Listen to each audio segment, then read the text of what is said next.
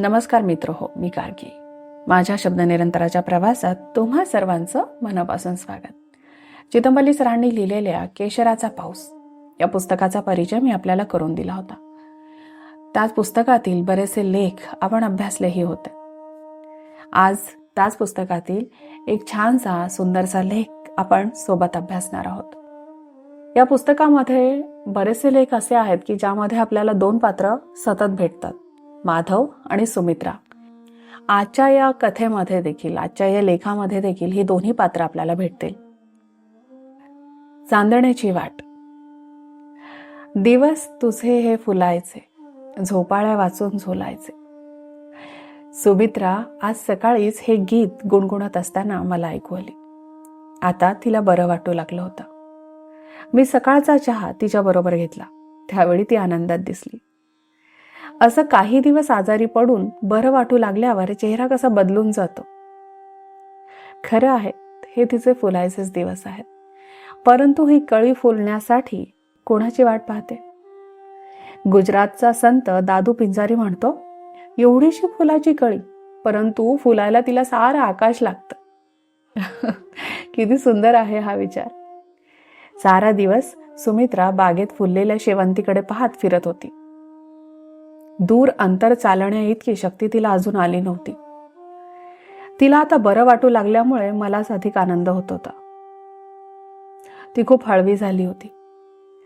सायंकाळी पाय मोकळे करण्यासाठी मीच तिला म्हटलं, जाऊया का नदीपर्यंत फिरत? मोकळ्या हवेत फिरल्यामुळे तुलाही जरा बरं वाटेल. किती दिवस झालेत घराबाहेर पडली नाहीयेस. माने परवानगी दिल्यावर मग जाऊयात. मा देवघरामध्ये निरांजन लावत होती.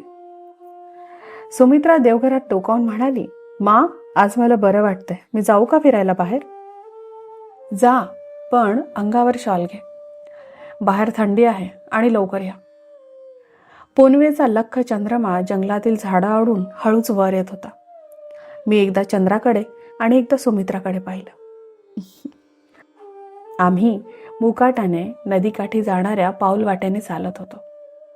नदीकाठी निवांतपणे सुखाने बसता यावं म्हणून मी एक दगडाचा बाग बांधून घेतला होता. तिथे बसून वाहणाऱ्या नदीचं झुळझुळ गाणं ऐकत मी तासनतास बसून राहील. काठावर येताच मी एक फांदी तोडून बाकावरील धूळ झाडली आणि स्वच्छ केलेल्या बाकावर आम्ही नदीकडे पाहत बसलो. सुमित्रा, आज सकाळी तुला मंगेश पाडगावकरांचे गीत गुणगुणताना मी ऐकलं. म्हणतेस ते गाणं? आढे वेढे न घेता ती गाऊ लागली. दिवस तुझे हे फुलायचे. हे गीत ऐकून माझे डोळे पाणावले. अंधारात ते सुमित्रेला कदाचित दिसले नाही. आता चंद्र झाडीतून बराच वर आला होता. नदीच्या पात्रातून संथपणे झुळझुळणारे पाणी चंद्रप्रकाशाने उजळले होते. त्यावरील उठणारे तरंग चमकत होते. चंद्राचं प्रतिबिंब नदीत पडलं. त्या बिंबापासून दुसऱ्या काठापर्यंत प्रकाशाची सोनेरी वाट रेखली होती. हळूहळू तिचं रूपांतर रुपेरी वाटेत झालं. सुमित्रा, पाहिलं समोर? ही चांदण्याची वाट. सुमित्रा त्या रुपेरी वाटेकडेच पाहत होती. माधव, असे क्षण मला कधी अनुभवता आलेच नाहीत. गोवा तसा निसर्ग सुंदर प्रदेश, पण कधी कोणी मला नदी तीरावर जाऊच दिला नाही. नंतर शहरात गेले, सारा निसर्ग मिटून गेला. असे निसर्गातील सुंदर क्षण तुझ्या सहवासात अनुभवता येतात. हे सारं कोणीतरी रसिकतेने दाखवायला हवं. नेमकं तेच काम तू करतो आहेस माझ्यासाठी, ती पुढे म्हणाली. माधव, समोर पहा. त्या रुपेरी वाटेने आपणाकडे चालत येणारी श्वेतांबरी कोण आहे? मी जे पाहते ते तुलाही दिसतंय का? नाही तर. सुमित्रा, आता आपण जाऊया घराकडे, उशीर झालाय. मा आपली वाट पाहत असेल. आम्ही दोघं चांदण्यातून रेखत गेलेल्या पाऊल वाटेने जात होतो. वाटेवर झाडाझाडातून चंद्रफुलांची नक्षी पडली होती. सुमित्रा कातर स्वरात म्हणाली, माधव, मगापासून पाहते मी, तू गप्प का? बोलत का नाहीस? मला ती श्वेतांबरी पाहून भीती वाटली. मला देखील ते दृश्य दिसलं होतं, परंतु सुमित्रा अधिक घाबरेल म्हणून मी त्यावेळी काही बोललो नव्हतो. आता मी म्हणालो, ती एक मोठी कहाणी आहे. असं सहजासहजी ते दृश्य दिसत नाही. मी देखील कितीतरी दिवसांनी पाहिलं. वाटेत रातवा पक्ष्यांचा आवाज येत होता. त्यामुळे एकूण वातावरण गूढ रम्य बनलं.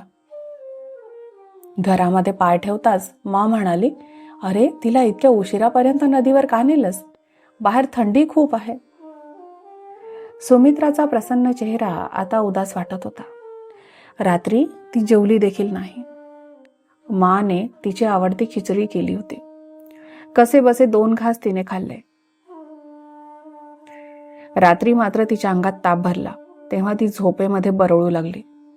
नंतर मा तिच्या उशा शेजारी रात्रभर जागत बसली. पहाटे पहाटे तिला गाढ झोप लागली. सकाळी तिला जाग आली तेव्हा एखाद्या अप्रिय स्वप्नातून जागं व्हावं असं तिला वाटत होतं. मित्रहो, हा छोटासा लेख सर इथे संपवतात. निसर्गाची रूप खूप आहेत, अनेक आहेत. या लेखामधून सर आपल्याला नेमकं काय सांगण्याचा प्रयत्न करीत आहेत हे तुमच्या कितपत लक्षात आलंय हे मला ऐकायचंय. तुम्हाला काय वाटतं, कोण असेल ती श्वेतांबरी? मी तुमच्या उत्तरांची वाट पाहीन. चला, आता मी थांबते. आपण लवकर भेटू एखाद्या छानशा लेखासह किंवा एखाद्या छानशा अभ्यासपूर्ण पुस्तकासह. तोपर्यंत आजच्या या लेखावर चिंतन करा आणि भरपूर वाचन करा. धन्यवाद.